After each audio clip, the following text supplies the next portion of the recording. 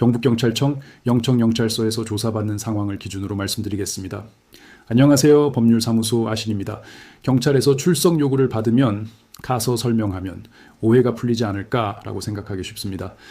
그런데 수사는 이미 고소장과 확보된 자료를 중심으로 일정한 틀을 만들어둔 상태에서 진행되는 경우가 많습니다. 그래서 조사실에서의 즉흥적인 답변보다 조사 전의 사건을 어떻게 정리했는지가 더 중요합니다. 형사사건은 겉으로 보이는 죄명보다 실제 쟁점이 핵심입니다. 절도는 점유와 고의, 성매수는 대가성과 인식, 성범죄는 진술의 일관성과 보강 정황, 보험사기는 자금 흐름과 공모 관계가 중요합니다. 본인은 충분히 설명했다고 느끼지만 조서에는 일부 표현만 남습니다. 황당하게도 그 문장 하나가 사건 전체 취지처럼 읽히는 경우도 있습니다. 그래서 사실관계의 시점 증거를 나눠 진술 구조를 먼저 설계합니다. 경찰 단계는 종결이 아니라 이후 절차의 출발점이 될 수 있습니다. 송치 가능성, 기소 여부, 재판에서 다툴 쟁점까지 함께 봅니다. 인정할 부분과 다툴 부분을 구분하지 않으면 이후 대응이 꼬일 수 있습니다.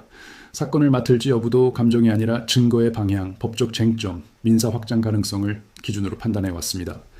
상담은 설득이 아니라 판단을 돕는 과정이라는 태도를 지켜왔습니다. 형사 문제는 민사 분쟁으로 이어지는 경우가 많습니다. 합의, 손해배상, 채권 관계가 동시에 얽히기 때문입니다. 그래서 소송 결과보다 실제 회수 가능성을 먼저 따집니다.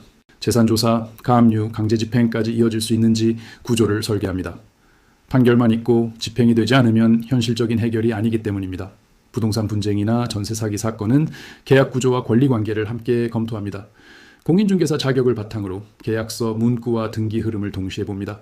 가사 사건 역시 감정 대응이 아니라 장기적인 이해관계를 중심으로 설계합니다. 이혼, 재산 분할, 양육권은 이후 분쟁 가능성까지 고려해 방향을 잡습니다. 출입국 문제와 형사 절차가 얽힌 사건은 형사, 민사, 행정을 분리하지 않고 하나의 사건 흐름으로 종합 검토합니다. 상담부터 조사, 소송, 집행까지 직접 이어가며 준비해왔습니다. 2009년 실무를 시작해 2014년 개소 이후 현실적인 설명 중심의 태도를 유지해온 이유도 여기에 있습니다. 이런 기준으로 사건을 다루는 곳이 법률사무소 아신입니다. 상담이 필요하다면 영상 설명글을 참고해주세요. 구독과 좋아요는 보다 꼼꼼한 법률 상담에 도움이 됩니다.